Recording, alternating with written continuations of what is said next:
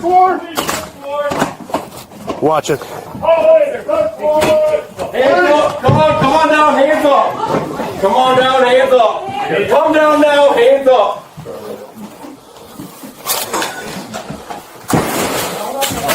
Got ready for Bring it? it. Yeah, I'm gonna pass her out. Anybody else inside? Come here. Got her? The girl down. Got it. Anybody else here? Go ahead. You good? Okay. Okay. I got you covered. She had 2 daughters, 8 years old, 10 years old, and when this story was finally uncovered, they were not in a hospital. They were not at school. They were not at a friend's house. They were inside suitcases, buried in the dirt, across the street from their own home. A man was walking his dog on a Monday evening when he came across something that should never have been there. 2 suitcases, sitting in a field behind a high school, a spot that people used for illegal dumping. He called the police, and what they found inside those suitcases changed everything. Now, the woman who stands accused of putting those little girls in the ground, she is their mother. Her name is Aaliyah Henderson, 28 years old. And this week, Cleveland police released something new. The body camera footage from the night she was arrested. I watched every second of that footage. And there are 2 moments in it that the news covered, but I do not think anybody stopped long enough to really look at what those moments tell us about this woman. I am going to show you both of them today. And by the time we are done, you are going to understand exactly who Aaliyah Henderson is. Stay right here. Do not go anywhere. Because this story does not get easier as it goes, it gets heavier. And every single detail matters. Welcome to Cases Decoded. If this is your first time on this channel, I'm glad you found us. Hit that subscribe button right now and come back every week. We cover real cases, real victims, real stories, and we do not look away. If you have been here before, welcome back. Genuinely.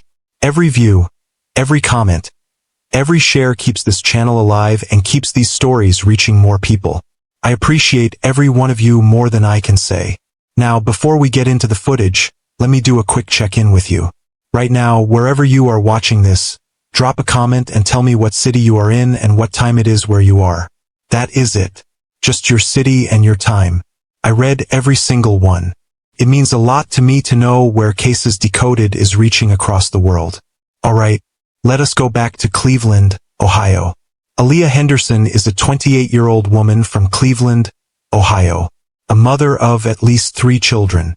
2 of those children are dead. Mila Chapman, 8 years old. Amor Wilson, 10 years old. Say those names. Remember those names. Because those 2 little girls deserve to be known by more than just their connection to this case. They were 8 years old and 10 years old. They should have had decades ahead of them. They should have been in school, growing up, living their lives. They deserved every bit of that. And they did not get it. According to prosecutors, Aaliyah Henderson did not just kill her daughters. She placed each one of them inside a separate suitcase, carried them out of the house, crossed the street, and buried them in an open field behind a high school.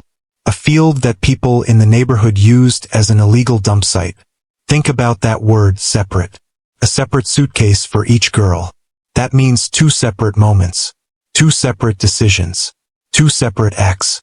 This was not one single event that happened all at once. There were 2 suitcases, 2 children, and she dealt with each one. She did not drive out of town. She did not try to disappear them somewhere remote and far away where no one would ever look.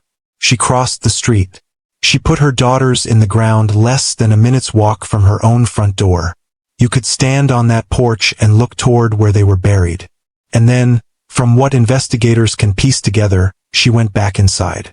She went back inside, and kept living. There is something about that proximity that I keep coming back to. It was not distance. It was not careful planning to make them disappear. It was right across the street. And I think that tells us something about how little weight this carried for her. She crossed the street. She came back. And whatever came next was just the next thing on the list. A man walking his dog on a Monday evening stumbled across those suitcases in that field. He had no idea what he was looking at first. He called the police. Officers responded. And when they opened those suitcases, the case began. Detectives launched a full investigation. They pulled the threads. They followed the evidence. And before long, everything they found pointed back to one person. The girl's own mother. She was arrested, charged. And this week, the world got to see what that arrest actually looked like. This week, Cleveland police released the body camera footage from the night of Aaliyah Henderson's arrest. They did not send a couple of officers to knock on the door. They sent a full SWAT team. Multiple officers. Tactical gear. The door was breached hard and fast. The first video lasts about 33 seconds. 33 seconds from breach to handcuffs. It moves that fast. Officers flood through the door, weapons drawn, voices raised, giving commands. There is no hesitation. There is no negotiation. They went in and they got her. Aaliyah is on the floor within seconds. She is in handcuffs. And then one of the officers looks around and asks a simple question. Is there anybody else in this house? She says no. She said no. But there was someone else in that house. A little boy, her son, found alive and unharmed in one of the rooms. Let that sit for a moment. Her surviving child is somewhere in that house. Officers are asking if anyone else is inside. And she tells them no. Whether that was fear, shock, or something else entirely, she said no. And her son was right there. Police found him. He was okay physically. But what that child has seen and heard and lived through inside that home, that is a weight no child should ever carry. Now here is the first thing I need you to really pay attention to, because this one stopped me cold when I heard it, and I have been thinking about it every single day since I watched that footage. In the second video from that night, the officers are getting ready to walk Aaliyah out of the house and over to the squad car. It is cold outside that evening. One of the officers grabs a blanket and wraps it around her before they head out. Small gesture. Routine. Part of the process. And as they are standing there in that doorway, just a few seconds into the video, Aaliyah mumbles something. It is quiet. It is under her breath. It almost gets lost in everything else happening around her. But it is there. The local news anchor who first aired this footage heard it too. He went back and listened to it more than once. And to the best of his interpretation, he believed she said something like, "Oh my God, what have I just done?" He played it for his viewers. He was careful. He said he was not completely certain. But that is what he heard. And honestly, if that is what she said, if that is truly what came out of her mouth in that moment, that would at least make sense as a human reaction. A person who has done something devastating, finally confronted with the reality of it. The walls closing in. A moment where the weight of it all hits at once and the first thing that escapes is, what have I done? That would be grief. That would be a conscience cracking under pressure. But when I sat down and watched that footage myself, closely more than once, what I heard was something else entirely. What I heard her say was this: "Oh my God, my baby is going to be so sad."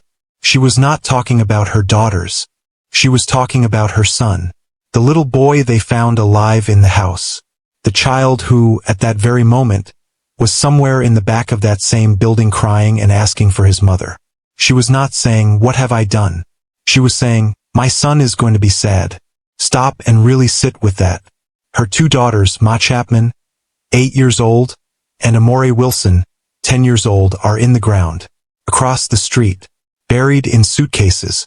She is standing in that doorway in handcuffs, surrounded by a SWAT team, being walked out under arrest for their murders. And in that moment, the single most devastating moment of the entire situation, the thing that comes out of her mouth is not their names. It is not grief. It is not remorse. It is not the unbearable weight of what she allegedly did breaking through. It is a passing thought about her son being sad.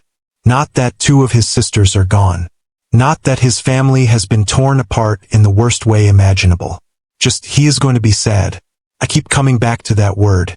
Sad. Not destroyed. Not devastated. Not heartbroken. Sad. That is a word you use when someone does not get what they wanted for Christmas. That is a word you use when your kid's favorite show gets canceled. It is not the word that comes to mind when two children have been murdered. That is not guilt talking. That is not a mother who is overwhelmed by the horror of what she did. That is a mind that has already processed the situation, already moved forward, and is now managing the next problem in line. Her son's emotions. How he is going to feel. How she is going to handle that. Think about how much distance that requires from reality. Think about where your mind has to already be to land there, in that moment, at those words. Because here is the truth about how people behave when they are genuinely shattered by something they have done. Their minds do not move forward. They do not project. They do not manage. They collapse completely inward. They cannot hold a thought. They cannot function. They fall apart. She did not fall apart. She said, "My baby is going to be so sad." And then she walked to the car. The second thing I need to show you is what that body camera footage captured inside the house itself. Because the story of who Aaliyah Henderson was as a mother is not just in what she allegedly did to those girls. It is in how they were living before any of this happened. And the footage gives us a window into that.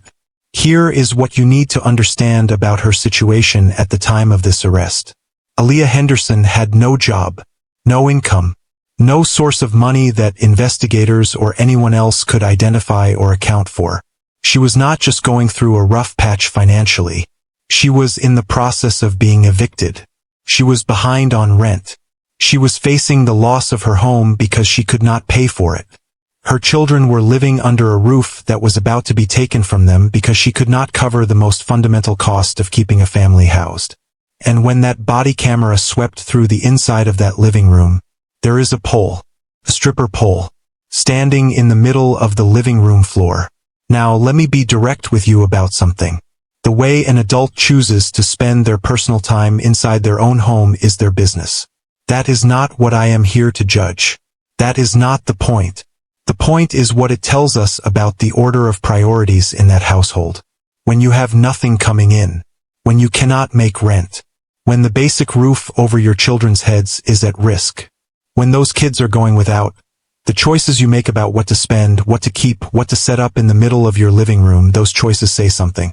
They say something about what matters, about what comes first, about who gets considered when decisions get made. Those two little girls, Mila Chapman and Amor Wilson, lived in that house. That was their home. That was their everyday. A mother with no income, an eviction notice on the way, and a pole in the living room. While two children were growing up in that space, in those conditions, depending entirely on a woman who was not putting them first. That is not a judgment.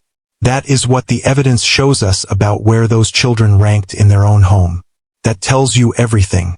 Not because of the pole itself, but because of what it represents when you line it up against everything else. Against the eviction. Against the lack of income. Against what those children were living through.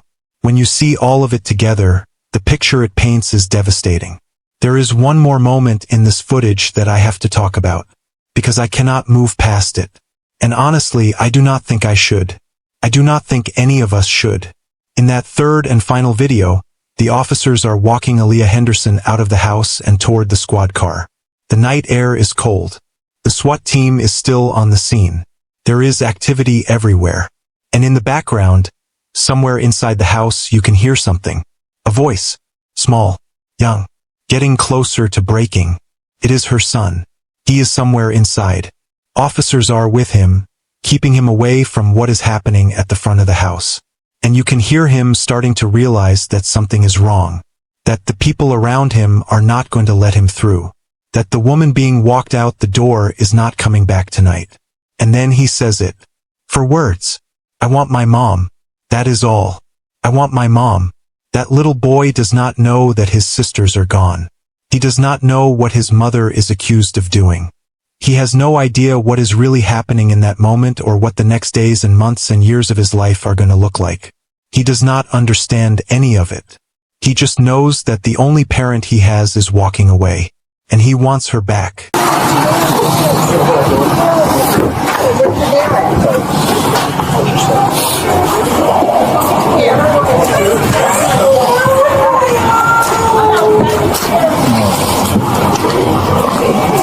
Think about what that child is carrying. His sisters are gone. His mother is being taken to jail. The home he lived in was already unstable before any of this came to light. And now the whole world is going to know this story, his story, and he is going to grow up in the middle of it. 2 girls are gone. But there is a third child in this. A little boy who loved his mother regardless of what she allegedly did. A little boy who said 4 words in the background of a body cam video and broke every person who heard him. That is the weight of this case that goes beyond the courtroom. That is the part that stays with you. And it should. Because this case is not just about what happened to Ma and Amore. It is about what was already broken long before those girls were taken. About the life those children were living. About who was supposed to protect them and did not. That little boy crying in the background. That is the sound of what gets left behind when something like this happens. And we do not talk about that enough. Aaliyah Henderson has been formally charged with 2 counts of aggravated murder. When she appeared before a judge, the court set her bond at $1 million per charge. $2 million total. She remains in custody. The Cuyahoga County Medical Examiner's Office has confirmed the identities of both girls, Mila Chapman, 8 years old, and Amor Wilson, 10 years old. As of now, the official cause and manner of their deaths have not been publicly released. That information is still pending as the investigation continues. And that is a significant piece of the puzzle that is still missing. How did they die? When did they die? How long were they gone before anyone outside that house knew? These are questions that will matter enormously when this case goes to trial. What we do know is that prosecutors are treating this with the full weight of aggravated murder charges. And a $2 million bond, $1 million per charge, is a judge's way of saying this person is not leaving this building. One other detail from that arrest footage that stuck with me. When they put Aaliyah in the back of that squad car, a detective got in with her. That is not routine. Detectives ride with suspects when they believe something is about to be said. Whether it was before or after her rights were read to her, we do not know. The camera did not capture that part. But that detective chose to get in that car. And that tells you investigators were not done listening. The case is still building. More information will come out. More details will surface. And when they do, we will be right here to cover every development for you. And if this case is hitting you hard, if you feel something watching this, that is important. Do not scroll past that feeling. Let it mean something. Share this video. Because Mila Chapman and Amor Wilson deserve for people to know their names. Let me bring this back to where we started. 2 little girls. 8 years old. 10 years old. Found inside suitcases in a field behind a high school. Across the street from the home they shared with their mother. A mother who, when police put her in handcuffs and asked if anyone else was in the house, said no. When her own son was right there. A mother whose first words in the moment of her arrest were not about her daughters. Not their names. Not grief. Not remorse. Not the 2 children whose lives she is accused of taking. My baby is going to be so sad. That is what she said. And a little boy, somewhere in the back of that house, was already crying. Already saying he wanted his mom. Already losing the only parent he had left, without understanding a single thing about why. I have covered a lot of cases on this channel. I have sat with a lot of difficult stories. And every time I think I have seen the worst of what one person can do to another, something like this comes along. A mother, 2 daughters, suitcases, a field across the street, and the words, "My baby is going to be so sad." That is the part that stays. Not because it is the most graphic detail. Not because it is the hardest thing to hear about this case. But because of what it tells us. Because of what it reveals about the person standing in those handcuffs in the doorway of that house. There was no crack. There was no collapse. There was no reckoning. There was a thought about her son being sad. And then she walked to the car. This case is not over. There will be a preliminary hearing. There will be a trial. More evidence will be entered into the record. More details about the final days of Mila Chapman and Amor Wilson's lives will become public. The medical examiner's findings on the cause and manner of their deaths will eventually be released. And there are still unanswered questions. Questions about how long those girls were gone before anyone outside that house knew. Questions about whether anyone else knew anything. Questions about what those children's lives actually looked like day to day in that home. We are going to keep following every single piece of this. Because these girls deserve it. Because a case does not end with an arrest. It ends with the truth. And until then, we stay on it. I want to end this video the same way I want every video on this channel to end. Not with the name of the person accused, not with the charges, not with the bond amount, but with the names of the people who actually matter in this story. Mila Chapman, 8 years old. Amor Wilson, 10 years old. Say their names in the comments right now. Do not scroll past. Do not move on yet. Just type their names. Takes 5 seconds. And it means that 2 little girls who were buried across the street from their own home are seen by thousands of people. People who never met them but know their story and refuse to let them be forgotten. That is all I ask. If this video meant something to you, hit the like button right now. One tap. That is all it takes to help this story reach more people. Leave a comment, your city, the time where you are, their names, your thoughts. Put it all down there. I read every single one. And if you are not subscribed to Cases Decoded yet, do it right now. This is what we do here. We cover the cases that matter. We look at the details that get overlooked. We say the names of the people who deserve to be remembered. Subscribe and come back every week. Thank you for being here. Thank you for watching. I will see you in the next one.